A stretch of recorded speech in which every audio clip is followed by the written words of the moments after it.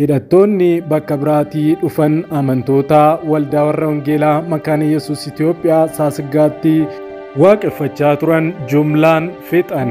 በአብ በወልድ በመንፈስ ቅዱስ ስም አንድ አምላክ አሜን። በኦሮሚያ ብሔራዊ ክልላዊ መንግስት በምስራቅ ወለጋ ዞን በጋሎ ቀበሌ ባለው የሙለታ ጌላ መካነ ኢየሱስ ማህበረ ምዕመናን ላይ የደረሰውን የጅምላ ጭፍጨፋ አስመልክቶ ከኢትዮጵያ ወንጌላዊት ቤተክርስቲያን መካነ ኢየሱስ የተሰጠ መግለጫ Nagaafi araarri Kiristoos bakka jirtanitti hunduma keessaniif habaayyatu. Akkam jirtu daawwattoota chaanaalii boonsaa addisuu guute. Odeessa addaa guyyaa kanaaf isiniif qindeeffannee isin biraan ga'uuf qabannee dhiyaanneerra. Hamma xumura qophii keenyaatti nu wajjin turaan affeerraa keenya. Daawwattoota keenya yeroo jalqabaatiif gara chaanaalii kanaa kan dhuftan subscribe gochuudhaan mallattoo bilbilaa gadi tuquu hin dagatina. Kana gochuu keessaniin odeeffannoowwan kiristiyaanummaa fi biyya keenya ilaallatan wayita karaa chaanaalii kanaa gadhiifaman hunduma dursanii akka isin naqqabaniif isin gargaara. Like share gochuudhaanis guddina chaanaalii kanaa keessatti gahee keessan ba'aa. Yaada keessan koomentii irratti nu qooda. Kallattiidhaan gara qophii keenyaatti wal wajjin hadabarru. Waldaa warra wangeelaa makaana Yesuus Itoophiyaa Saasiggaatti maaltu uumame? Godina Wallagga Bahaa aanaa Saasiggaatti ganda Gaallootti Sadaasa 2022 amantoonni utuu waldaa keessatti waaqeffannaarra jiranii hidhattoota bakka biraatii dhufan jedhamaniin jumlaan ajjeefamuu waldaa warra wangeelaa makaana Yesuus Itoophiyaa ibsitee jirti. Akka BBC'n gabaasetti ajjechaan kun kan raawwate waldaa mul'ataa geellaa jedhamtutti ta'uu Sadaasa 11 ibsa kennaniin kan himan pirezidaantiin waldaa warra wangeelaa makaana Yesuus Itoophiyaa lubni Yoonaas Higgazuu ajjechaa jumlaa kanaan namoonni 15 ajjeefamanii hedduun isaanii madaa'us ibsanii jiru. Akka ibsa pirezidaantichaatti namoota ajjeefaman kanneen keessatti geggeessaa ittaanaa geggeessaa waldattii fi hojjetaan wangeelaa keessatti argamu. Ajjechaa jedhame kana ilaalchisee mootummaan waan jedhe hin qabu. BBC'n waajjira poolisii godinichaa fi qaamolee dhimmisaa ilaallatu irraa qulqulleeffachuuf yaaliin taasisee hin milkaa'in hafee jira. Utuu ajjechaan kun hin raawwatiin duras ta'ee erga ajjechaan kun raawwatee booda qaamni nageenyaa mootummaa tarkaanfii homaayyuu fudhachuu dhabuun waldattiif gadda dabalataa akka ta'e himanii jiru lubi Yoonaas. Ajjechaa jumlaa hamaa fi gaddisiisaa kana waldaan warra wangeelaa makaana Yesuus Itoophiyaa cimsitee balaaleffattis jedhan pirezidaantii waldaa warra wangeelaa makaana Yesuus Itoophiyaa. Addumatti kun hundi gaafa raawwatuu fi amantoonni kadhannaadhaaf walitti qabaman yoo jimlaan ajjeefaman qaamni mootummaa naannichatti argamu yakkichi osoo hin raawwatiin duras ittisuus ta'ee erga raawwateen booda hordofee yakkamtoota seeratti dhiyeessuu irratti kan irraa eegamu ba'uu dhabuun baay'ee nama gaddisiisaa jechuun komatan lubi Yoonaas. Lammiileen bifa kanaan jumlaan yoo ajjeefaman mootummaan argee yookaan dhaga'ee callisuun isaa taatee kanaaf beekamtii kennuu dhiisuu barbaadu yookaan akka homtuu hin uumamnetti bira darbuu agarsiisas jedhan.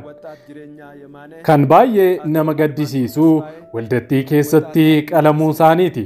Obboleessi isaa Quxisuun yookaan Eegoon kan jalaa ajjeefame barsiisaa Suraafel Xila'uun dilbata ganama osoo waaqeffannaarra jiranii tajaajiltoota warra wangeelaa barsiisanii fi amantoota dabalatee ajjeefamuu isaanii dubbata.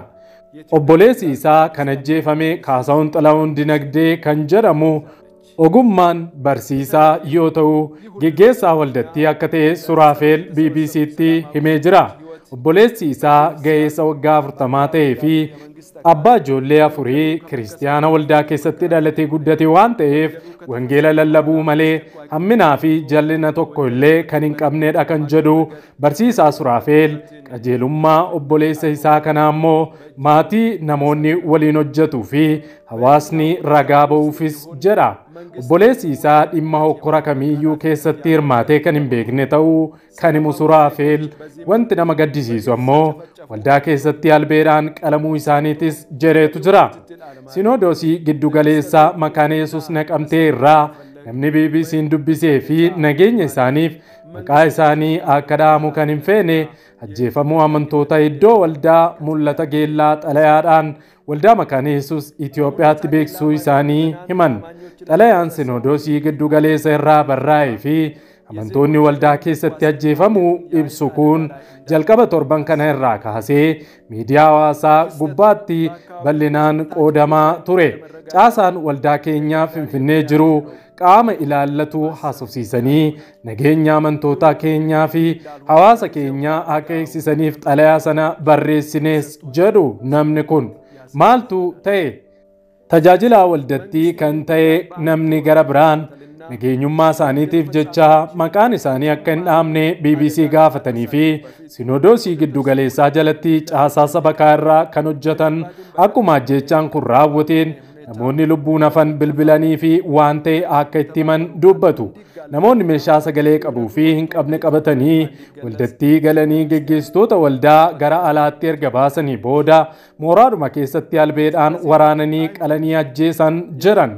Mooraa waldaa sanaa keessatti kan ajjeefaman namoota 11 yoo ta'an kaan 4 ammoo garasitti osoo deemanii karaatti ajjeefaman jedhan. Kanneen ajjeechaa kana raawwatan namoota isaan hin beeknee fi kan tasaa irra bahan ta'uu dubbatu. Afaan Amaariffaa kanaasaan akka ta'anis natti himaniiru jedhan. Gama biraan ammoo gaafuma ajjeechaan kun raawwatu Sadaasa 6/2022 magaalaa Naqamtee keessa ganama barii irraa eegaluun hidhattoota waraana bilisummaa Oromoo magaalattii galanii fi humna nageenyaa mootummaa gidduutti adeemsifamaa turuu gabaasuun keenya ni yaadatama jechuun BBC'n yaadachiisa.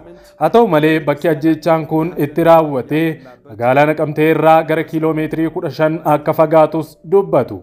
Guyyaa taateen kun raawwate waaree booda bilbilaan obboleessi isaa qaama faannoo jedhamaniin wareegameera jedhanii akka itti himan ibsa. Suraafeel kan obboleessi isaa taatee kanaan jalaa ajjeefame. Suraafeel warra ajjeechaa kana irraa lubbuun hafan irraa akka odeeffannee jedhutti namoonni ajjeechaa kana raawwatan kan afaan Amaariffaa dubbatanii fi konkolaataa mootummaatiin dhufanidha jedhamee itti himamuus BBC'tti himeetu jira. Kana malees ergaa ajjeechaa amantoota waaqeffannaa irra turan kanneen irratti raawwatanii boodas wanta kiisii isaanii keessa ture kan akka maallaqaa fi moobaayilaa fudhatanii akka deeman dhaga'uus dubbata Suraafeel. Naannoo sana rakkoon nageenyaa kan jirree fi wanti akkasiis mudatee akka hin beekne kan himu Suraafeel namoonni ajjeefaman kunneen afaan Amaaraallee kan hin beekne osoo qaamni nageenyaa fi milishaan agarsiisuu baatee bakka sana beekanii iyyuu hin dhufan tures jechuun haala ture ibsa. Bakka sana qaamni hidhate biraan akka hin jirree fi mootummaan bulchaa akka jiru kan dubbatu obboleessi geggeessaa waldaa ajjeefame kana erga wanti kun raawwateen boodas qaamni mootummaa tokkollee maal taatan jedhee kan maatii fi firoota miidhamtootaa gaafateen jiru jechuunis komata. Maatii wareegamtootaaf jajjabina guddaa hawwina. Egaan daawwattoota keenya odeessi wayitaa waan yeroo kanaaf siniif qindeeffannee kan hanga ammaatti daawwattanidha. Waan daawwattaniif ulfaadha. Sa'aatii muraasa booda odeeffannoo gara biraatiin hamma deebinee ol arginutti turtii gaarii siniif haa ta'u nagaan tura. Araara fuula qulqullu araar hingaa fuula keenuu deebisi hingaa biyya kanatti araarami magaalaa baadiyyaatti araarami dachee Itoophiyaa guutummaatti araarami hingaa wal waraanuu naafu meeshaan lolaa meeshaa misoomaatti deebi'u wal ari'achuu naafu wal ajjeesuu naafu wal irratti ka'uu naafu qilleensi lolaa fi qilleensi araaraa biyya kanatti haa dhufu qilleensi nagaa dhufu qilleensi wal dhaga'uu dhufu qilleensi jaalalaa dhufu qilleensi wal simachuu dhufu araar gooftaa keenya araar waaqayyoo keenya araar ilma waaqayyoo araar hafuura qulqulluu araar hafuura qulqulluu araar hafuura qulqulluu araar hafuura qulqulluu araar hola deemaa karaatti hafee gooftaa nama manaa bahee karaatti hafe araar ilma waaqayyoo araar araar miidhama karaa fuuraa miidhama karaa foonii miidhama karaa ikoonoomii karaa hundumaan miidhama keessa galee biyyi kun araar. Isinii wajjin taanee waaqayyo iddoo kadhanne waaqayyo nu dhaga'a. Waaqayyo beekamsa nurra jiru kana nuuf gabaabsa. Yeroo isaa nuuf gabaabsa. Isa ija malee nutti dhufe kana Waaqayyo nurraa gabaabsa. Kanaaf ammas malee wajjin taa'e Waaqayyo faarfannaadhaan hin kadhanna. Waaqayyoon immoo jajjabaan.